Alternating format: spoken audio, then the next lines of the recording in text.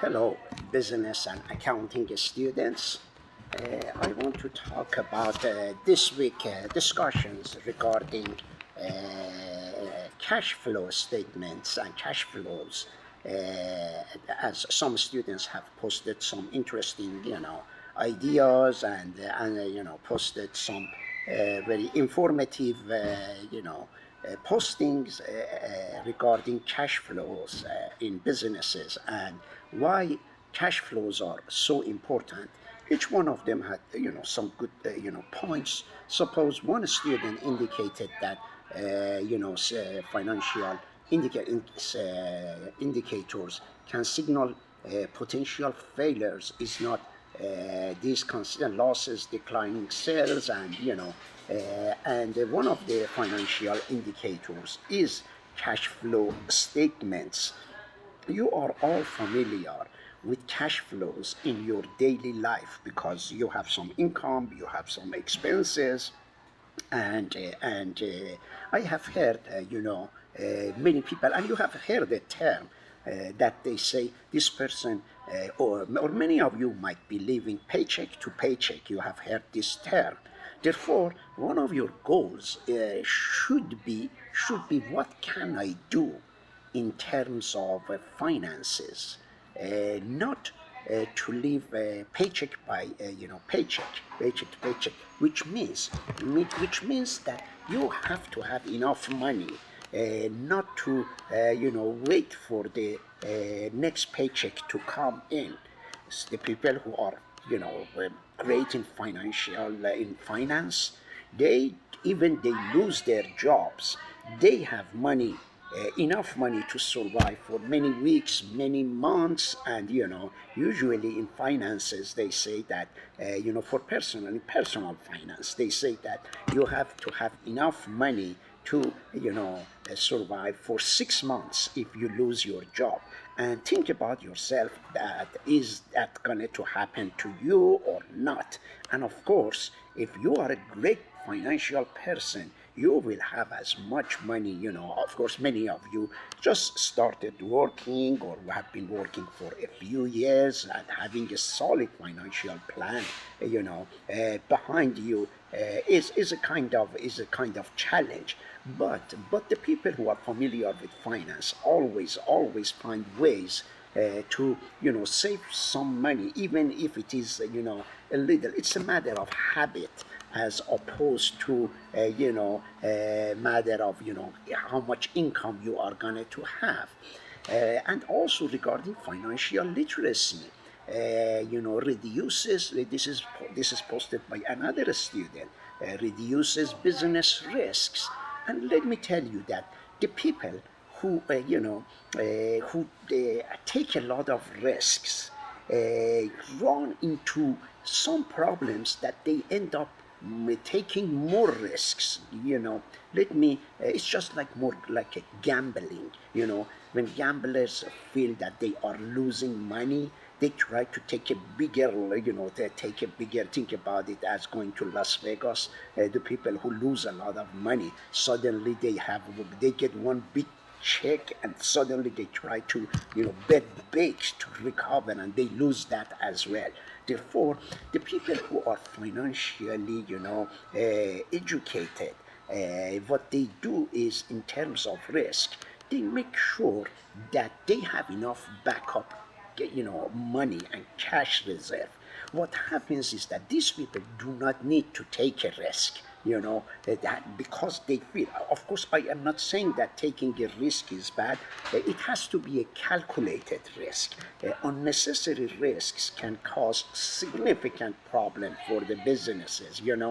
Therefore, the people who are financially stable, what they do, it is in this concept is in investment as well. Those of you who invest in stocks and something, if you do not feel yet that you are in trouble, you don't take a risk. Sometimes you say that, okay, I am solid, I have a solid income, I have a solid, for example, investment.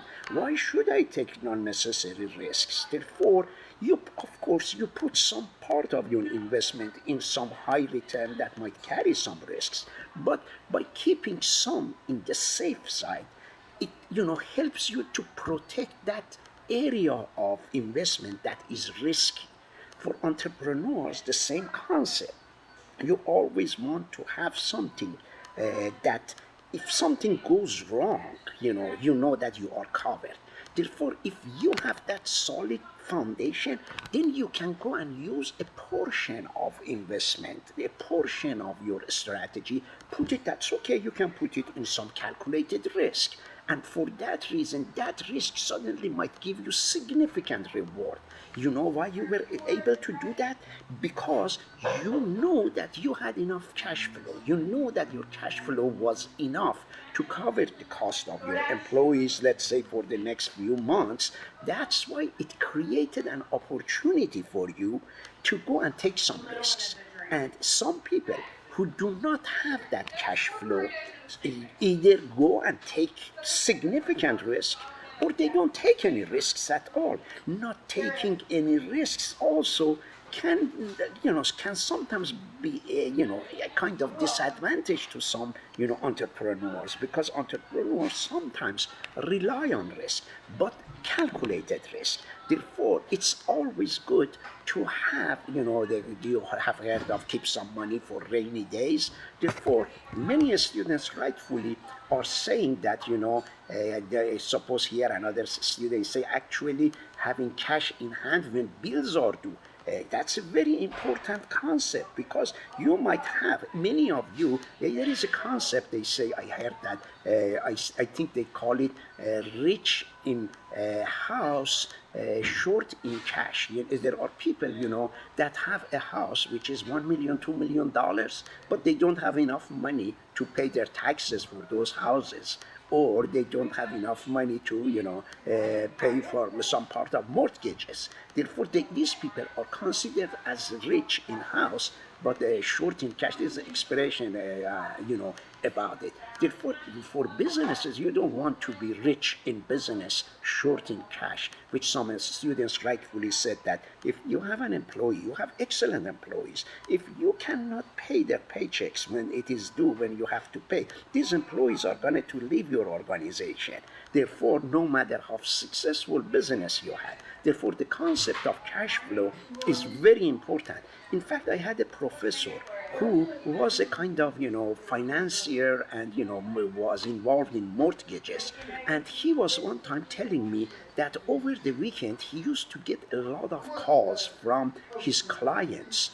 And the clients were, desperate to get some cash. And he was asking, he was asking why, because the people didn't have money to pay their employees. They wanted to use their houses as collateral to borrow money to pay their employees to make sure the business doesn't go down. Therefore, one of the mistakes that some entrepreneurs make is that they overestimate their income, they overestimate, their expenses, and they underestimate their expenses, that they overestimate their revenues, income, and those things, and that can cause significant amount of problem. Therefore, my recommendation is to make sure, here is someone, a student is saying that shrinking profits, some businesses are cyclical. By cyclical is that they might do well in summer, they might not do well in winter. Let's imagine that ice cream shops do well in summer, not do well in winter, or coffee shops and donut shops do better in winter and might not do well. Therefore, you have, as an entrepreneur, you have to understand that shrinking profits, and suddenly you all remember, we talked, Corona hit. If you had your own business, if you had your own restaurant, could you survive that? Suddenly for 2 years, restaurants were shut. They shut down the restaurants. Could you survive? If you are an entrepreneur, you have to think about, finances and the future, what happens there, and consider all, of course, we don't know about everything, but you have to have some concepts, some ideas, what's going to happen in case of, if things go wrong. And therefore, it's a matter of in your personal life as well. What happens if today your employer dismisses you? It happens a lot.